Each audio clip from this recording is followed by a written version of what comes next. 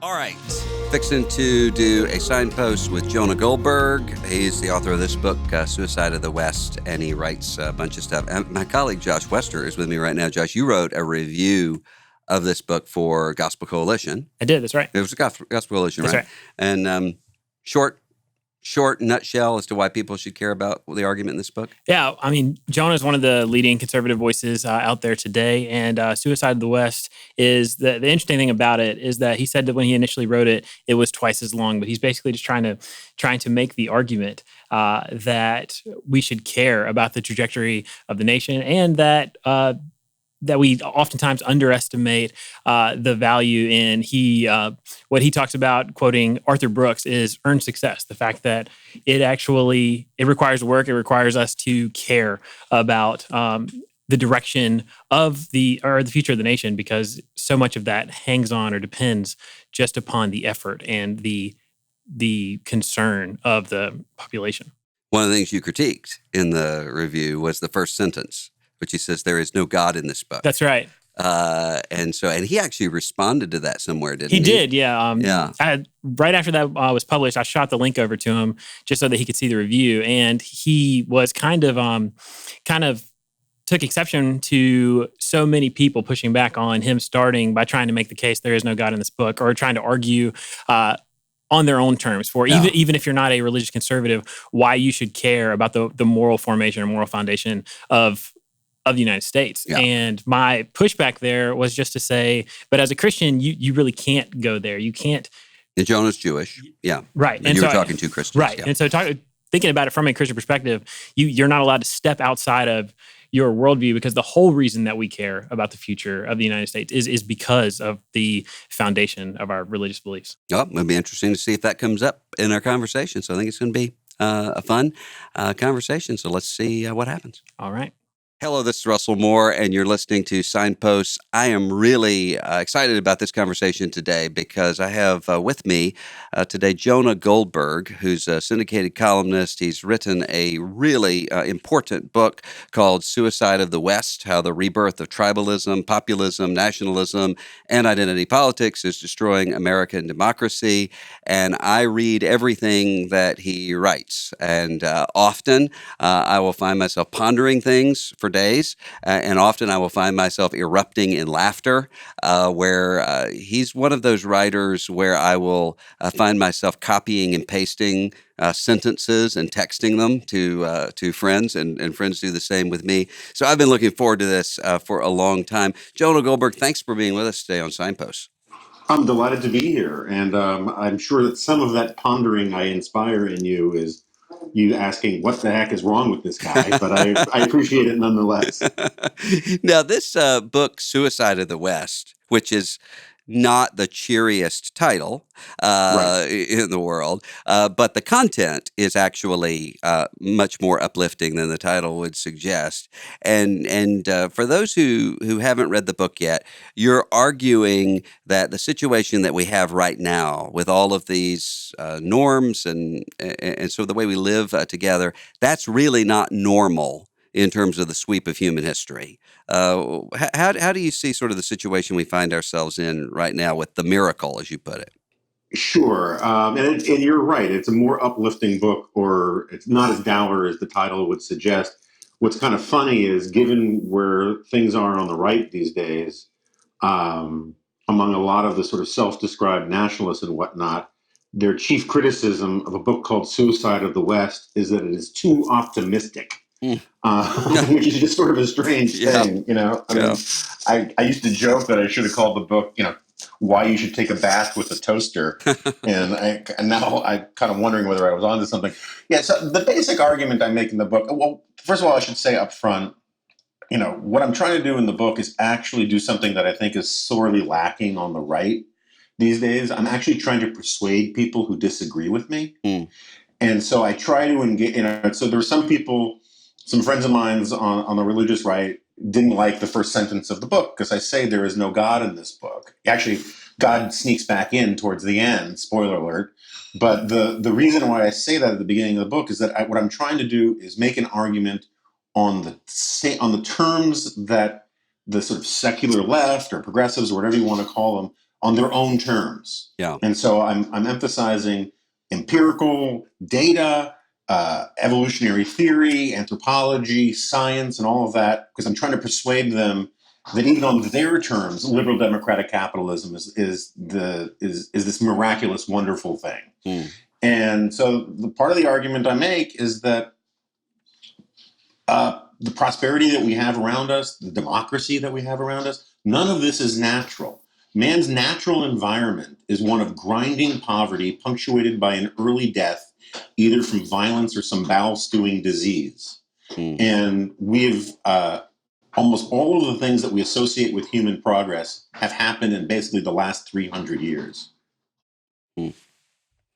Well, one of the things that I've noticed, you mentioned sort of changing on the right, and we'll talk about what's happening on the left in just a minute. But one of the things I've noticed on the right is a great suspicion toward markets. Yes. And even sometimes toward capitalism itself, and there's a point to be made because one can easily say if you look at the things that often we think are bad in terms of just moral rot or societal disintegration, a lot of those things are coming through corporations selling us products. Mhm. So, how would you respond to those who are saying maybe capitalism isn't a good thing for people who care about moral values? I am the first to admit, and I write in the book, that capitalism presents um, challenges. And the problem I think the the problem that we have today is the way in which people are um, putting the blame on capitalism when there are other actors who are actually to blame. First of all, most of the things that some of my newfound some of the newfound critics of capitalism on the right point to really aren't examples of capitalism's success. They're examples of statist Mm. excess. They're example, when we say, capitalism doesn't single out the little sisters of the poor. Capitalism doesn't attack Catholic charities. The Hmm. state does. And moreover, most of the sort of controversies of the day that bother us, they're manifestations of illiberalism by illiberal actors on the left who are trying to impose their values on people. And that's not capitalism. But that said, look, capitalism is fantastic for dealing with the things that it's fantastic for dealing with. It's like people say, what's better, a fork or a spoon? Well, if you're eating soup, spoons are better. Hmm. If you're eating something else, forks are better. Um, the capitalism is very good at imposing efficiencies, at making people wealthier. We are in the greatest moment of poverty alleviation in all of human history. And those are good things. But capitalism can't love you. Capitalism cannot, except in some rare instances, give you any sense of meaning or belonging in life. Those things that truly matter, they come from things like faith, family, friends, community, what Arthur Brooks calls earned success, the desire to make a serious contribution and the desire to be needed by other people. And one of the great things that capitalism can do is it can create new opportunities for people to find institutions that they can find meaning and belonging in. Hmm. But most of the problems that we have today stem from the breakdown of those institutions. The family is still a mess, particularly for lower on the more you move down the socioeconomic ladder. Organized religion, as you probably know far better than I do, has real problems. Hmm. Civic society has real problems, and it's those things that we need to. That's the crisis we need to deal with. And sure, capitalism may not help a lot of those institutions sometimes, but statism hurts those institutions even more, from the historical record. Well, what about if you look at, you mentioned some of these declining indicators, organized religion being one of them. If you look at that picture we all see constantly of the town that used to be a booming manufacturing town, now it's empty, the coal town in eastern Kentucky or West Virginia, where all the kids have left and the community is really struggling. And now we're moving into a time where we only have increased automation, artificial intelligence, and so forth. Some people bringing up the idea of a universal basic income and so forth. How are we as a country going to handle some of the really disruptive changes that are coming when it comes to work and capital and markets without completely fraying apart? I mean, Yeah, that keeps me up at night. I don't. I agree. It's a look. I mean, there are some real challenges in there. I particularly worry about the automation stuff in terms of driverless cars. When something close to 1 in 10 Americans have a job that involves moving stuff, by a vehicle in one way or another, that's a very worrisome prospect in some Mhm. ways. But I think one of the things that we need to do, and it's like that old adage about the truck that gets stuck in the Lincoln Tunnel and no one can figure out how to get it out until some kid says, "Why don't you let the air out of the tires?" Mhm. Um, so many of the problems that we have today are being made worse by this desire to find national solutions to them. Mhm. People don't really live in the United States of America. They live in Akron or Mhm. Shaker Heights or in the suburbs of Dallas or Houston. And when we constantly talk about how these are national problems that need national solutions, what we're really saying is we want to give more power to a government very far away that most people feel is entirely unaccountable to them. That fuels a lot of the populist outrage that we have today because people feel like the powers that be are these cold and personal forces very far away from them. Mhm. If you push power down to the most local level possible, you give, first of all, you know who to fire because it's no longer these unseen forces like globalists or whatever. It's Mhm. people with names and faces, and they're people that you see and you know how to talk to. And I think that would be a big help. It would also be, and also the more power you get out of Washington, the more that power will be assumed by institutions that will fill in the void. And institutions that are close to the ground, that are close to the people that they're trying to help, have a much greater effect in people's lives. And so I get part of my problem with the way, because you get these kind of questions a lot, and I agree with you entirely on the premise of them. There's some real challenges there. Mhm. But on the flip side, um, part of the progressive project, going back to at least the Wilson administration, is to basically make the citizen a client of the state in Washington, or of the central government. Mhm. And that was, if you read Barack Obama's second inaugural, it was a vision of a nation of Julias. It was a vision of a nation where there were individuals and there was the state with no civil society in between. And that is one of the problems that you get when you start talking about nationalism or socialism and all these things, Mhm. is that you are accelerating the process by which the mediating structures that give stability and meaning in most of our lives, you want to flush them away and create a society of just atomized individuals and a central government. And that makes all of those problems worse. Mm. There are some people on the right, it's become kind of trendy, as you know, these days, for some people to say, well, that sort of combination of freedom and markets and social conservatism, that's zombie Reaganism. That's something of another day, of the 1980s, and that really conservatism should move beyond that, and really, in some cases, move beyond liberalism, meaning classical liberalism here. Right. How does one respond to that argument when really the argument is this sort of fusionism is just passé? We've got to move on to something else.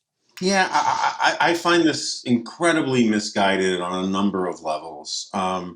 First of all, this idea that is implicit in a lot of the writings that you see in this stuff is that somehow the forces of social conservatism, let's call it, there are all sorts of different labels flying around, and there are integralists and post-liberals and all the rest. Mm, Let's just say social conservatism. The idea that the social conservatives can lastingly capture the state and then impose their vision in some way, both on the market and on the culture, just strikes me as politically naive more than anything else. I mean, just they don't have the numbers, hmm they don't have the political will, they don't have the consensus. Is it going to be a Protestant vision? Is it going to be a Catholic vision? Where's the fusionism there? And second of all, where are the numbers? You just don't have enough Americans who want that. You don't have enough religious people who want that, because that's contrary to the vision of the founding fathers as Yeah. well. And moreover, the system of liberalism, as my friend Charlie Cook of National Review points out, the system of classical liberalism really isn't supposed to come up with an answer about, what is the highest good for somebody, or what is their reason for living, or what is their purpose. It's to get people to stop killing each other. Yeah. The reason why liberalism emerged after the religious wars in Europe and the Treaty of Westphalia was that people were just simply exhausted by putting disagreements of faith or disagreements of opinion to the sword. And so you started to get the emergence of theological and cultural pluralism that comes out. And that system, that rule of law, is a great friend of religious conservatives. And so before I made that point about letting the air out of the tires, I really wish my friends at places like First Things and elsewhere, instead of talking about this sort of post-liberal takeover of the government in Washington, why can't they sort of like aim for Rhode Island? Pick some place small where, as a sort of theonomical sort of manifestation of just their numbers and living in sort of good faith-based biblical way, they can have control over their lives. I mean, the Amish are not looking to take over the government in Washington and impose their Amishness on the entire country. Why do we have to have this nationalist approach that says I should be freaking out about something stupid or heinous that someone is doing in Sacramento, when we could be putting our energies towards actually improving people's lives by giving them the opportunity to live the way they want to live, where they actually live? Well, you mentioned this hollowing out of that middle section between the atomized individual and the state. What do you think is going to be the end result if you just look demographically at the numbers of younger people who are identifying as no religious affiliation at all?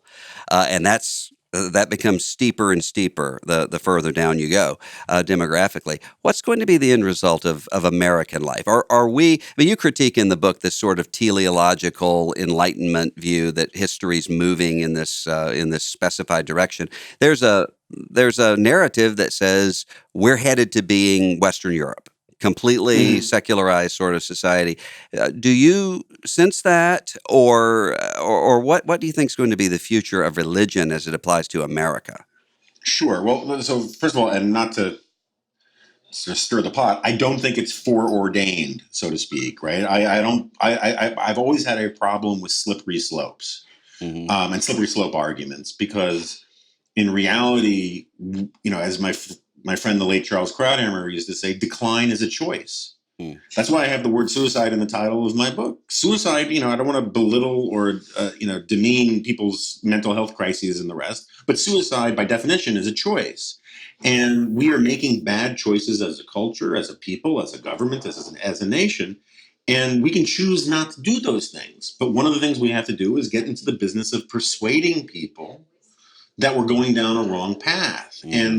And I think that one of the reasons why we have all of this talk these days about the need to take over the government in Washington and impose a post-liberal system aimed at the highest good is because people want easy fixes. If we lived in a country where all the pews were full, there wouldn't be this conversation. You wouldn't be talking about using the silver bullet of Donald Trump or the government in Washington to do things that you can't get done on the ground. And so I think, a lot of times this country went in a remarkably different direction all of a sudden because of a religious awakening. I think that is possible. There's also this ironic thing that demographically, the people who believe in God and believe in organized religion tend to have more babies. Yeah.